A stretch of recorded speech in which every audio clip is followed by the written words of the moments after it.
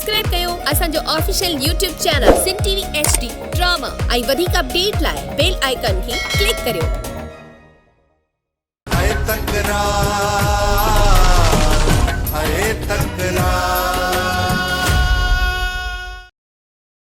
तव्हां जो दुश्मन नवाब खान आहे, सचा वली न। ऐं तव्हांखे सज़ा ॾियण में बि नवाब खान जो वॾो हथु हुयो। भली खणी तव्हांखे गिरफ़्तार पुलिस सजा वाले जी उता करण कयो, पर इहा पूरी साज़िश नवाब खान जी हुई। मूं इहो मुनासिब सम्झो त मां तव्हांखे लिकल दुश्मन खां आगाह करे छॾियां। बाक़ी अॻिते तव्हां ॼाणो तव्हांजो कमु। मूंखे सिर्फ़ इहो ॿुधाए तूं हिते छो आयो आहीं ऐं हिते अचण जो तुंहिंजो मक़सदु कहिड़ो आहे? तोखे मारे मां पंहिंजी सौट राणीअ सां शादी करण थो चाहियां।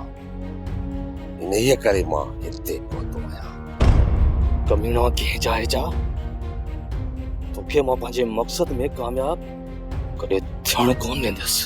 रुगो हिकड़ी बहावल धमकी ॾिनी ऐं तव्हां पुछ तीली करे अची मोड़ निकिता हो। हिन खां त सुठो हो त बहावल जूं टंगूं भञी गुलण खे केले अची मुझे अॾो उछलियो आ। बाबा साईं बहावल जो ॻोठ हो, जेकॾहिं असां उते छिक छिकाण कयूं हा त पूरो ॻोठ गॾिजी वञे हा। अकबर कंहिंखे लाचार पियो आ, कंहिंखे लाचार पियो पराई दुश्मनी में टपो ॾियण जो हा।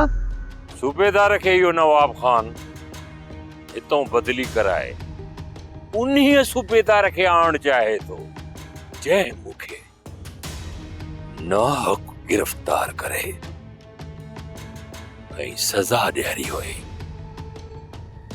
पर असां उहो कमु कंदासीं जेको असांखे मुनासिब लॻंदो। सोप सीरियल तकरार तमाम एपिसोड ॾिसो हाणे HD क्वालिटी में। विजिट कयो असांजो YouTube चैनल सिन टीवी HD ड्रामा।